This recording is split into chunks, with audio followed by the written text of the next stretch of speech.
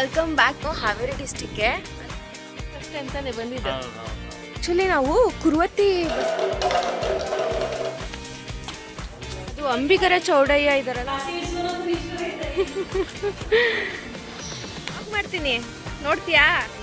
ಹಾಕಿ ಹೋಗೋದು ಆಯ್ತು ಅಂತೀನಲ್ಲ, ಅಲ್ಲಿ temple Koppal reach ಆಗಬೇಕಲ್ವಾ.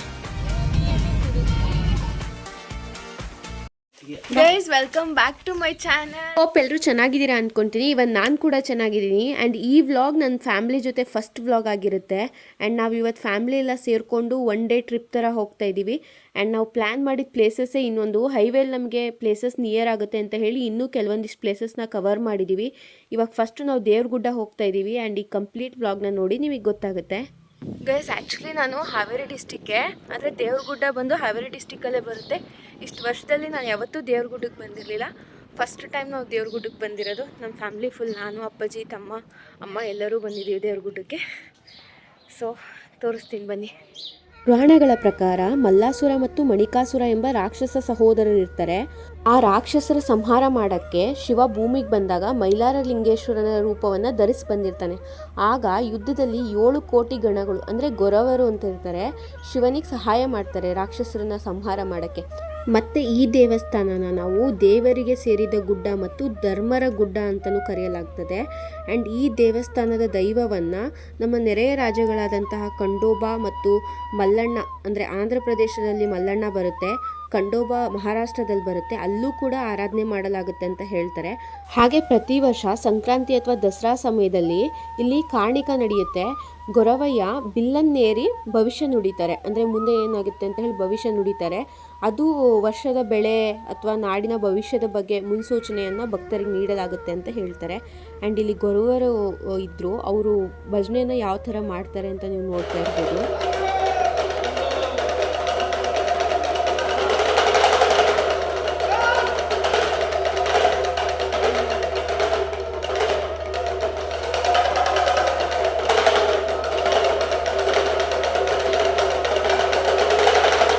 First time ಬಂದಿದ್ದೀಯಲ್ಲ, ಇಲ್ಲಿಗೆ ಏನು ಅನ್ನಿಸ್ತು ನಿನಗೆ? ಖುಷಿ ಅನ್ನಿಸ್ತವ. ಇಷ್ಟು ವರ್ಷ ಆಯಿತು ನೀವು ಹಾವೇರಿ ಡಿಸ್ಟಿಕ್ ಒಳಗಿದ್ದು, ಇದೇ ಫಸ್ಟ್ ಟೈಮ್ ತಾನೇ ಬಂದಿದ್ದೆ. ಆ್ಯಕ್ಚುಲಿ ನಾವು ಕುರುವತ್ತಿ ಬಸವಣ್ಣನ ಟೆಂಪಲಿಗೆ ಬಂದ್ವಿ, ಆದರೆ ರೂಟ್ ಮಿಸ್ ಆಗಿ ಯಾವುದೋ ಬೇರೆ ದೇವಸ್ಥಾನಕ್ಕೆ ಬಂದಿದ್ದೀವಿ. ಇಲ್ಲಿ ಅಂಬಿಗರ ಚೌಡವಯ್ಯ ಅವ್ರದ್ದು ಸಮಾಧಿ ಕೂಡ ಇದೆ, ನೋಡೋಣ ಇವಾಗ ಹೋಗ್ತೀವಿ. ಈ ಜಾಗದ ಹೆಸರು ಚೌಡಯ್ಯ ದಾನಾಪುರ ಅಂತ ಹೇಳಿ. ಆ್ಯಂಡ್ ಅಷ್ಟೇ ಅಲ್ಲದೆ ಇಲ್ಲಿ ಮುಕ್ತೇಶ್ವರ ದೇವಸ್ಥಾನ ಕೂಡ ಇದೆ. ಪುರಾಣಗಳ ಪ್ರಕಾರ ಅಂಬಿಗರ ಚೌಡಯ್ಯ ಅವರು 12ನೇ ಶತಮಾನದಲ್ಲಿ ಇಲ್ಲಿ ವಾಸವಾಗಿದ್ರು ಅಂತ ಹೇಳಲಾಗ್ತದೆ.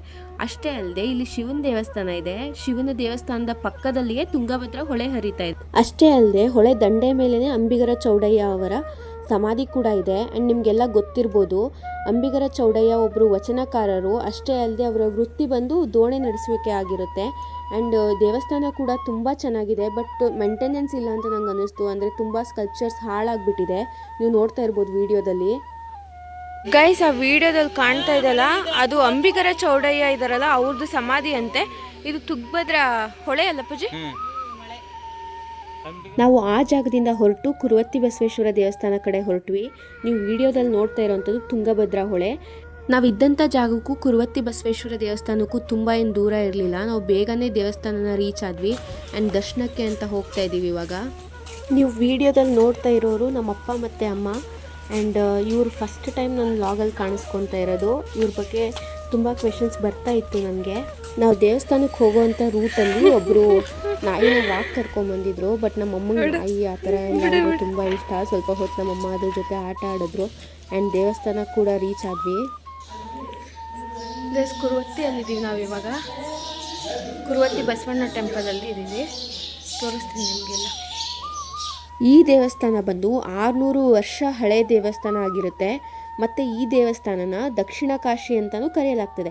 ಆ್ಯಂಡ್ ಈ ದೇವಸ್ಥಾನದಲ್ಲಿ ಮೂಲ ದೇವರು ಬಂದು ಬಸವಣ್ಣ ಆಗಿರುತ್ತೆ. ಆ್ಯಂಡ್ ಈ ಜಾಗವನ್ನು ಕುರುವತ್ತಿ ಬಸವಣ್ಣ ಅಂತ ಹೇಳಿ ಕರೀತಾರೆ. ಕುರು ಎಂದರೆ ಕಷ್ಟಗಳು ಅಥವಾ ಗಾಯಗಳನ್ನ ನಿವಾರಿಸೋ ಶಕ್ತಿ ಹೊಂದಿರುವಂತಹ ಬಸವಣ್ಣ ಎಂಬ ಅರ್ಥವನ್ನು ಕೊಡಲಾಗ್ತದೆ. ನೀವು ನೋಡ್ತಾ ಇರ್ಬೋದು ವಿಡಿಯೋದಲ್ಲಿ. ಬಸವಣ್ಣನ ಎದುರುಗಡೆ ದೇವಸ್ಥಾನ ಬಂದು ಶಿವನ ದೇವಸ್ಥಾನ ಇದೆ. ನಾನು ನಿಮಗೆ ನಿಜ ಹೇಳ್ತಾ ಇದ್ದೀನಿ, ದೇವಸ್ಥಾನದ ಕೆತ್ತನೆಯನ್ನು ನೀವು ನೋಡ್ಬೋದು ಎಷ್ಟು ಚೆನ್ನಾಗಿದೆ ಅಂದರೆ. ಆ್ಯಂಡ್ ಇಲ್ಲೂ ಕೂಡ ತುಂಗಭದ್ರಾ ಹೊಳೆ ಹರಿದಿದೆ. ನಮ್ಮ ಮನೆಯವರು ಅಂದರೆ ನಮ್ಮ ಅಪ್ಪಾಜಿ, ಅಮ್ಮ, ತಮ್ಮ ಎಲ್ಲ ಸ್ವಲ್ಪ ಹೋಗಿ ಅಲ್ಲಿ ಹೊಳೆಯಲ್ಲಿ ಆಟ ಆಡ್ತಾಯಿದ್ರು. ನನ್ನ ಕಾಲು ಲಾಸ್ಟ್ ಮಂತ್ ಸ್ವಲ್ಪ ಆಪ್ರೇಷನ್ ಆಗಿ ಇಂಜುರಿ ಆಗಿರೋದ್ರಿಂದ ನಾನು ಅಷ್ಟೊಂದು ಆಟ ಎಲ್ಲ ಆಡೋಕ್ಕೆ ಹೋಗಿಲ್ಲ. ಗೈಸ, ಕುರುವತ್ತಿ ಬಸವಣ್ಣನ ದರ್ಶನ ಆಯಿತು. ನಾವಿವಾಗ ತಿರ್ಗಾ ಮೈಲಾರಲಿಂಗೇಶ್ವರಕ್ಕೆ ಹೋಗ್ತೀವಿ. ಟಿಫನ್ ಮಾಡಿಕೊಂಡು ಮೈಲಾರಲಿಂಗೇಶ್ವರಕ್ಕೆ ಹೋಗ್ತೀವಿ. ಅಲ್ಲಿಂದ ಸೀದಾ ತುಂಗಭದ್ರಾ ಡ್ಯಾಮ್ ಇಲ್ಲಾಂದರೆ ಹಂಪಿಗೆ ಹೋಗ್ತೀವಿ ಅಂತ ಅನಿಸುತ್ತೆ. ಸಿಗ್ತೀನಿ ನಿಮಗೆ ಮತ್ತೆ. ಏನು ಮತ್ತೆ ಮುಂದೆ ಎಲ್ಲಿ ಹೋಗೋದು? ಐ ಥಿಂಕ್ ನಾವು ಈಗ ನೆಕ್ಸ್ಟ್ ಮೈಲಾರಲಿಂಗೇಶ್ವರಕ್ಕೆ ಹೋಗ್ತೀವಿ ಟಿಫನ್ ಮಾಡ್ಕೊಂಡು. ಹೌದಾ? ಆಮೇಲೆ ಹಾಸ್ಪಿಟಲ್ ಇದೆ ಅಂತ ಆ ಕಡೆ ಈ ಕಡೆ ಓಡಾಡಿ ಎಲ್ಲ ಸೀರೆ ಹಾಳು ಮಾಡ್ಕೊಂಬಿಟ್ಟಿದ್ದಾರೆ ಗೈಸ್ ಇವರು. ಆ ಕಡೆ ಈ ಕಡೆ ಎಲ್ಲ ಇರ್ತದೆ. ನೀನು ನನ್ನ ಬ್ಲಾಗ್ಸ್ ನೋಡ್ತೀಯಾ? ನಾನು ಬ್ಲಾಗ್ ಮಾಡ್ತೀನಿ, ನೋಡ್ತೀಯಾ? ಹೋಗಿ ಚೆಕ್ ಮಾಡು, ನೀನು ಹಾಕಿರ್ತೀನಿ ಆಯಿತಾ? ಹಾಂ, ಇವ್ನು ನಿನ್ನ ಫ್ರೆಂಡಾ? ಏನು ಅವನ ಹೆಸರು? ಆದಿತ್ಯ. ಯಾವ ಸ್ಕೂಲ್ ನಿಮ್ಮದು? ಯಾವ ಸ್ಕೂಲು? ಹೌದಾ, ಸರಿ ಕಣ್ರೋ, ನಂಗೆ ಲೇಟ್ ಆಗುತ್ತೆ. ನಾನು ಅಂದ್ಕೊಂಡೆ ನಮ್ಮ ಮನೆಯವ್ರನ್ನೆಲ್ಲ ಜಾಸ್ತಿ ವೀಡಿಯೋಗ್ರಾಫಲ್ಲಿ ಫೋಟೋಗ್ರಾಫಲ್ಲಿ ಇನ್ವಾಲ್ವ್ ಮಾಡೋಣ ಅಂತೇಳಿ. ಆ್ಯಕ್ಚುಲಿ ನಮಗೆ ದೇವ್ರಗುಡ್ಡ, ಮೈಲಾರ ಹಾಗೆ ಕುರುವತ್ತಿಗೆ ಬರೋ ಪ್ಲ್ಯಾನ್ ಇರಲಿಲ್ಲ. ಸಡನ್ನಾಗಿ ಇದೇ ಹೈವೇ ಮೇಲೆ ಹೋಗ್ತಾ ಇದ್ದೀವಲ್ಲ ಅಂತ ಹೇಳಿ ಬಂದ್ವಿ. ಅದಕ್ಕೆ ನನಗೆ ಸ್ವಲ್ಪ ಟೈಮ್ ಕನ್ಸ್ಟೆಂಟ್ಸ್ ಇರೋದ್ರಿಂದ ಏನೋ ಅಷ್ಟೊಂದು ಕ್ಲಿಯರಾಗಿ ಕ್ಯಾಪ್ಚರ್ ಮಾಡೋಕ್ಕಾಗ್ತಾ ಇಲ್ಲ ಗೈಸ್. ಅವರು ಕೂಡ ಅರ್ಜೆಂಟ್ ಮಾಡ್ತಾಯಿದ್ದಾರೆ. ನಾನು ಆವಾಗಲೇ ಹೇಳ್ದ ಹಾಗೆ ಮಲ್ಲಾಸುರ ಮತ್ತು ಅವನ ತಮ್ಮ ಆದ ಮಣಿಕಾಸುರ ಎಂಬ ಇಬ್ಬರು ರಾಕ್ಷಸರು ಬ್ರಹ್ಮನಿಂದ ವರವನ್ನು ಪಡ್ಕೊಂಡಿರ್ತಾರೆ. ಅವರು ಬಂದು ಋಷಿಮುನಿಗಳಿಗೆ ತೊಂದರೆ ಕೊಡ್ತಿರ್ತಾರೆ. ಋಷಿಮುನಿಗಳಿಗೆ ರಾಕ್ಷಸರು ತೊಂದರೆ ಕೊಡ್ತಾ ಇರೋಂಥ ಸಂದರ್ಭದಲ್ಲಿ ಋಷಿಮುನಿಗಳು ತಪಸ್ಸನ್ನು ಮಾಡಿ ಶಿವನನ್ನು ಭೂಮಿ ಕರೆಸ್ಕೊತಾರೆ. ಭೂಮಿಗೆ ಬಂದಂಥ ಶಿವ ಆಗ 7 ಕೋಟಿ ಮೈಲಾರಲಿಂಗೇಶ್ವರನ ಅವತಾರವನ್ನು ತಾಳಿ ಭೂಮಿಗೆ ಬಂದಿರ್ತಾನೆ. ಅಷ್ಟೇ ಅಲ್ಲದೆ ಇಲ್ಲಿ ಅವನು ಭೂಮಿಗೆ ಬಂದ ಮೇಲೆ ಇಲ್ಲಿರೋಂಥ ರಾಕ್ಷಸರ ಸಂಹಾರವನ್ನು ಕೂಡ ಮಾಡ್ತಾನೆ. ಅದಕ್ಕಾಗಿ ಈ ಸ್ಥಳಕ್ಕೆ ಮೈಲಾರಲಿಂಗೇಶ್ವರ ಎಂಬ ಹೆಸರು ಬಂದು ಅಂತ ಹೇಳಲಾಗ್ತದೆ. ಇವಾಗ ಮೈಲಾರಲಿಂಗೇಶ್ವರ ಟೆಂಪಲಲ್ಲಿ ಇದ್ದೀವಿ. ಆದರೆ ಅಲ್ಲಿ ವಿಡಿಯೋ ಫೋಟೋಗ್ರಫಿ ಯಾವುದೂ ಅಲೋ ಇರಲಿಲ್ಲ. ನಂಗೆ ಒಳಗಡೆ ಏನೂ ಕ್ಯಾಪ್ಚರ್ ಮಾಡೋಕ್ಕಾಗಿಲ್ಲ. ದರ್ಶನ ಮುಗಿಸ್ಕೊಂಡು ಇವಾಗ ಹೊರಗಡೆ ಬಂದಿದ್ದೀವಿ ಅಷ್ಟೇ ಗೈಸ್. ಮುಂದೆ ಹೋಗ್ತೀವಿ, ಲೇಟ್ ಆಗ್ತಾಯಿದೆ. ನಾವು ಇನ್ನೂ ಕೊಪ್ಪಳ ರೀಚ್ ಆಗಬೇಕಲ್ವಾ, ಹೋಗ್ತಾ ಇದ್ದೀವಿ.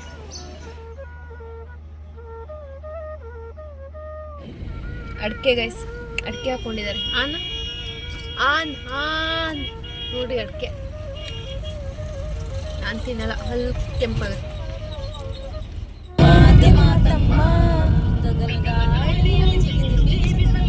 ಕನ್ನಡದ ಬಾವುಟ. ಪಾರ್ಟ್ 1 ವ್ಲಾಗ್ನ ಇಲ್ಲಿಗೆ ಎಂಡ್ ಮಾಡ್ತೀನಿ. ಯಾರ್ಯಾರೆಲ್ಲ ಈ ವ್ಲಾಗ್ನ ನೋಡಿದ್ದೀರಾ ಪ್ಲೀಸ್ ಲೈಕ್ ಮಾಡಿ, ಶೇರ್ ಮಾಡಿ, ಸಬ್ಸ್ಕ್ರೈಬ್ ಮಾಡಿ. Thank you so much.